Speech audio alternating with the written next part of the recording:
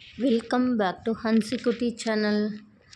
வாங்க ஃப்ரெண்ட்ஸ், நம்ம ஒரு ஸ்நாக்ஸ் ரெசிபி ஒன்று பார்க்கலாம். வீட்டில் இருக்கக்கூடிய கோதுமை மாவை வச்சு ஒரு ஈஸியான ஸ்நாக்ஸ் ஒன்று செய்யலாம். இது வந்து ரொம்ப ரொம்ப ரொம்ப ரொம்ப ஈஸி, பிகினர்ஸ் கூட செய்யலாம். கோதுமை மாவை வச்சு செய்கிறோம். வீட்டில் இருக்க பொருள் எல்லாமே அதை வச்சு தான் செய்ய போகிறோம். 2 கப்பு நான் கோதுமை மாவு எடுத்திருக்கேன். மிளகாய் தூள் வந்து வேணுங்கிற அளவுக்கு டேஸ்ட்டுக்கு தகுந்த மாதிரி எடுத்துக்கோங்க. கொஞ்சம் உப்பு, கருப்பு எள்ளு, ஓமம், ஒரு ஸ்பூன் 1.5 ஸ்பூன் அளவுக்கு எண்ணெய் என்ன வேணாலும் யூஸ் பண்ணிக்கலாம். சன்ஃப்ளவராக இருந்தாலும் ஓகே, கடலை எண்ணெயாக இருந்தாலும் ஓகே, எது வேணாலும் யூஸ் பண்ணிக்கலாம். நல்லா கையில் மிக்ஸ் பண்ணி விட்டுடலாம். உப்பெல்லாம் எல்லா இடத்துக்கும், உப்பு காரம்லாம் எல்லா இடத்துக்கும் ஸ்ப்ரெட் ஆகிற மாதிரி நல்லா வந்து கையில் நம்ம மிக்ஸ் பண்ணிக்கலாம். நீங்கள் எவ்வளோ தேவையோ அவ்வளோ எடுத்துக்கங்க. நான் 2 கப்பு கோதுமை மாவு எடுத்திருக்கேன். அதுக்கு தகுந்த மாதிரி நான் ஆட் பண்ணியிருக்கேன் மிளகாய் தூளெல்லாம். உங்களுக்கு எவ்வளோ தேவையோ அவ்வளோ எடுத்துக்கோங்க.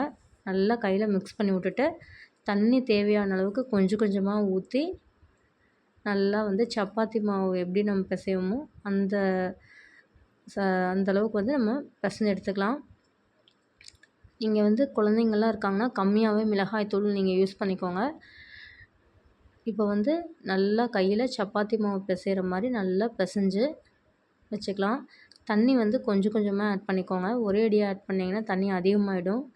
அதனால் கொஞ்சம் கொஞ்சமாக சேர்த்து நல்லா மிக்ஸ் பண்ணி சப்பாத்தி மாவு பிசைகிற மாதிரி பிசைஞ்சு எடுத்து வச்சுக்கலாம். இது ஒரு 10 நிமிஷத்துக்கு ஊறணும். 10 நிமிஷத்துக்கு ஒரு தட்டு வச்சு மூடி வச்சிடலாம். அது வந்து வரன்னு போகாமல் இருக்கிறதுக்காக லைட்டாக எண்ணெய் வந்து ஊற்றி எல்லா பக்கமும் வந்து லைட்டாக அப்ளை பண்ணி விட்டுட்டு ஒரு தட்டு வச்சு 10 மினிட்ஸ்க்கு ஊற வச்சிடலாம்.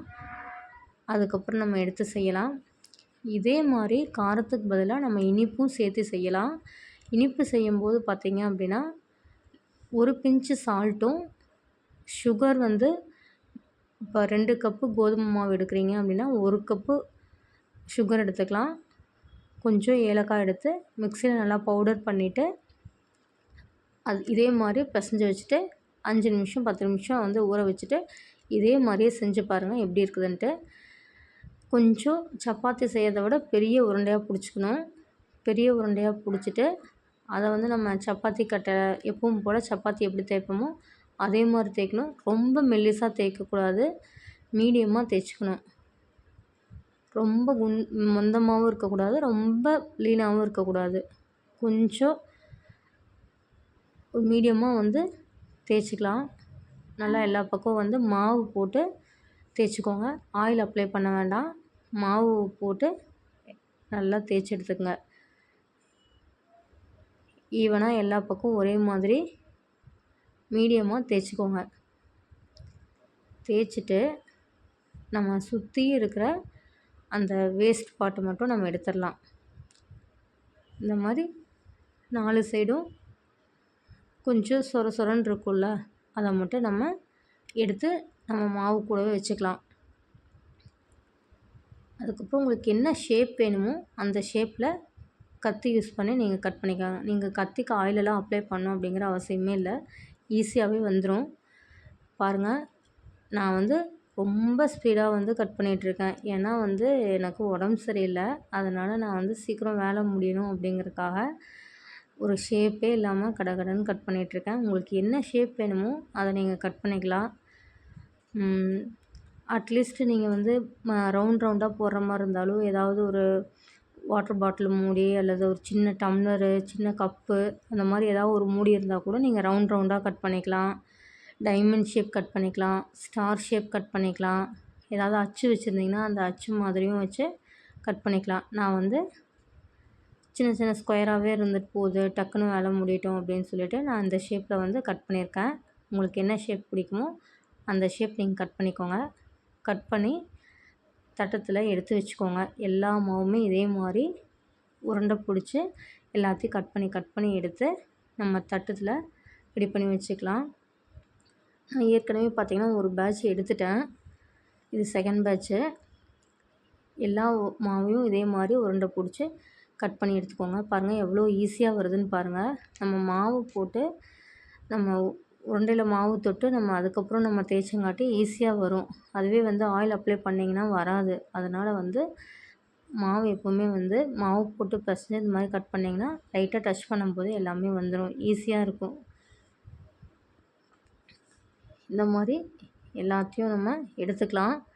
எடுத்து நீங்கள் வந்து தனித்தனியாக ஒவ்வொரு பேட்சும் ஒவ்வொரு தட்டத்துலேயும் வச்சுக்கலாம். இல்லை ஒரே தட்டிலேயே எல்லா மாவுமே கட் பண்ணி கொஞ்சம் பெரிய தட்டாக எடுத்து எல்லா மாவும் இந்த மாதிரி சின்ன சின்ன பீஸாக வந்து கட் பண்ணி ஒன்று மேலே ஒன்று போட்டே வச்சுக்கலாம். நீங்கள் பயந்துக்கவே வேண்டியதில்லை. ஒன்றோட ஒன்று ஒட்டிடுச்சுன்னா என்ன பண்ணுறது அப்படின்னு நீங்கள் பயந்துக்கெல்லாம் தேவையில்லை. எல்லாமே ஈஸியாக வந்து நமக்கு வந்துடும். அதை பற்றி நீங்கள் ஒரி பண்ணிக்க வேண்டாம். எல்லா மாவுமே எடுத்து ஒன்று மேலே ஒன்று போட்டு வச்சுக்கோங்க. இப்போ எடுத்து போட்டு வச்சுருக்கேன். நானும் எல்லா மாவுமே எடுத்து போட்டு வச்சாச்சு. எனக்கு 5 பேட்ச் வந்துச்சு. 5 பேட்சும் நான் போட்டு ஒரே தட்டத்தில் எடுத்து வச்சுட்டேன். இப்போ தேவையான அளவுக்கு எண்ணெய் எடுத்து பாத்திரத்தில் வடச்சட்டியில் எண்ணெய் வச்சு எண்ணெய் ஊற்றி எண்ணெய் காயட்டும். மீடியம் ஃப்ளேமில் வச்சுக்கோங்க. மீடியம் ஃப்ளேமில் வச்சுட்டு எண்ணெய் காஞ்சோடனே உள்ளே போட்டுருங்க. உள்ளே போட்டு 1 செகண்ட் விட்டிங்கனாலே நல்லா எல்லாமே வந்து மேலே முதங்கி வந்துடும். எண்ணெய் ஹீட்டாக இருக்கிறதுனால டக்குன்னு மேலே 1 செகண்டில் மேலே வந்துடும். இதுதான் கரெக்டான பதம். இப்போ நம்ம வந்து அப்படியே அள்ளி வந்து கையோடு ஒட்டிகிட்ருக்கிறத எடுத்து அப்படியே போட்டால் கூட வித்தின் செகண்டில் வந்து அதுவே எல்லாமே பிரிஞ்சிடும். பிரிஞ்சு ஈஸியாக வந்து தனித்தனியாக ஒன்றோட ஒன்று ஒட்டாமல் தனித்தனியாக வந்துடும். பாருங்கள், பார்க்குறக்கே எப்படி இருக்குன்னு. நம்ம வீட்டில் இருக்கக்கூடிய பொருளை வச்சு குழந்தைங்களுக்கு ஈஸியாக ஸ்நாக்ஸ் செய்யலாம். இதெல்லாம் இது கோதுமை மாவுலேயும் செய்யலாம், அரிசி மாவுலேயும் செய்யலாம், ராகி மாவில் ட்ரை பண்ணி பாருங்கள். நான் ராகி மாவில் இன்னும் ட்ரை பண்ணினதில்லை. நீங்கள் ராகி மாவில் கூட செய்யலாம். அரிசி மாவு ராகி மாவும் சேர்த்து இந்த மாதிரி செய்யலாம். நமக்கு என்ன வீட்டில் இருக்கோ, என்ன மாவு வீட்டில் இருக்கோ அந்த மாவை வச்சு நம்ம செஞ்சு பார்க்கலாம். கோதுமை மாவு உடம்புக்கு நல்லது தான். அதனால் கோதுமை மாவுலேயே நம்ம செஞ்சு கொடுக்கலாம் குழந்தைங்களுக்கு. நம்ம வெளியே கண்ட ஸ்நாக்ஸ்லாம் வாங்கி கொடுக்குறதுக்கு இந்த மாதிரி ஏதோ ஒன்று நம்ம செஞ்சு கொடுத்தோம்னா அவங்களுக்கும் நல்லாயிருக்கும். ஒரு டிஃப்ரெண்ட்டாகவும் இருக்கும். டெய்லி ஒன்றுமே சாப்பிட்டுருக்கிறதுக்கு. இதை வந்து கொஞ்சம் ப்ரௌன் கலர் ஆனோன்னே, லைட் ப்ரௌன் ஆனோன்னே எடுத்துருங்க. இதே மாதிரி இருக்கிற எல்லா பேட்சும் நம்ம போட்டு எடுத்துக்கலாம். இப்போ பாருங்கள், நான் வந்து அப்படியே எடுத்து கையில் வந்து ஒன்றோட ஒன்று ஒட்டி தான் இருக்குது. அப்படியே எடுத்து டக்குன்னு போடுறேன். கெட்டியாக தான் போடுறேன். பாருங்கள், அப்படியே எவ்வளோ அதிகமாக கையில் வச்சுருக்கேன்னு பாருங்களேன். அப்படியே போடுறேன். ஆனால் 1 செகண்ட் பாருங்கள், ஆட்டோமேட்டிக்காக எல்லாமே பிரிஞ்சு தனித்தனியாக ஸ்ப்ரெட் ஆகி வந்துடும். நம்ம வந்து ஸ்ப்ரெட் பண்ணி விடணும் அப்படிங்கிற அவசியமே இல்லை. தானாகவே வந்துடும். 1 செகண்ட் ஆனோன்னே திருப்பி விட்டுலாம். ஏன்னா ஒரு சைடு மட்டும் நல்லா ப்ரௌன் கலர் ஆயிரும், ஒரு சைடு பார்த்திங்கன்னா வேகாது. அதனால் ஜஸ்ட்டு ஒன்ஸ் அப்படியே உள்ளே இருக்கிறத வெளியும், வெளியே இருக்கிறது உள்ளேயும் ஜஸ்ட்டு ஒரே அப்படியே திருப்பி விட்டுலாம். திருப்பி விட்டோன்னா அது ஒரு 2 நிமிஷத்துக்கு மீடியம் ஃப்ளேம்லேயே நல்லா வேகும். வெந்ததுக்கப்புறம் எடுத்துக்கலாம். பாருங்கள் எப்படி இருக்குதுன்ட்டு. மீடியம் ஃப்ளேமில் வச்சு வேக வைங்க. நல்லா முறுமுறுன்னு டேஸ்ட்டாக இருக்கும். குழந்தைங்களும் எல்லாம் விரும்பி சாப்பிடுவாங்க. உப்பு காரம் மட்டும் கொஞ்சம் கரெக்டாக போட்டுக்கோங்க. தேவையான அளவுக்கு எள்ளு போட்டுக்கோங்க. உடம்புக்கு ரொம்ப நல்லது. எள்ளு போட்டிருக்கோம், ஓமம் போட்டிருக்கோம்.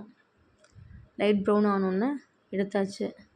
இதே மாதிரி எல்லாத்தையும் நம்ம எடுத்துடலாம். எடுத்துட்டு இப்போ என்ன பண்ணோம் அப்படின்னா எல்லாத்தையும் எடுத்துடலாம். நான் வந்து காரம் உப்பும் எனக்கு கரெக்டாக போட்டிருக்கேன். சப்போஸ் உங்களுக்கு காரம் இந்த டைமில் ஜாஸ்தியாக வேணும் அப்படின்னா ஒரு டிஃபன் பாக்ஸோ அல்லது ஒரு சம்படமோ எடுத்து வேணுங்கிற அளவுக்கு இந்த ஸ்நாக்ஸ் எடுத்து அந்த டப்பாவில் போட்டுட்டு உப்பும் காரமும் லைட்டாக மேலால் தூவி விட்டு ஒரு குலுக்கி விட்டு சாப்பிட்டிங்கன்னா இன்னும் டேஸ்ட்டு செமையாக இருக்கும். இது வந்து உப்பு காரம் எனக்கு கரெக்டாக இருக்கிறதுனால நான் எதுவும் ஆட் பண்ணலை. நீங்கள் அந்த மாதிரி போட்டு சாப்பிடக்குள்ள ரொம்ப டேஸ்ட்டாக இருக்கும் ஃப்ரெண்ட்ஸ். செஞ்சு பார்த்துட்டு எப்படி இருக்குதுன்னு கமெண்ட் பண்ணுங்கள், லைக் பண்ணுங்கள், ஷேர் பண்ணுங்கள், சப்போர்ட் பண்ணுங்கள். முக்கியமாக சப்ஸ்கிரைப் பண்ணுங்கள்.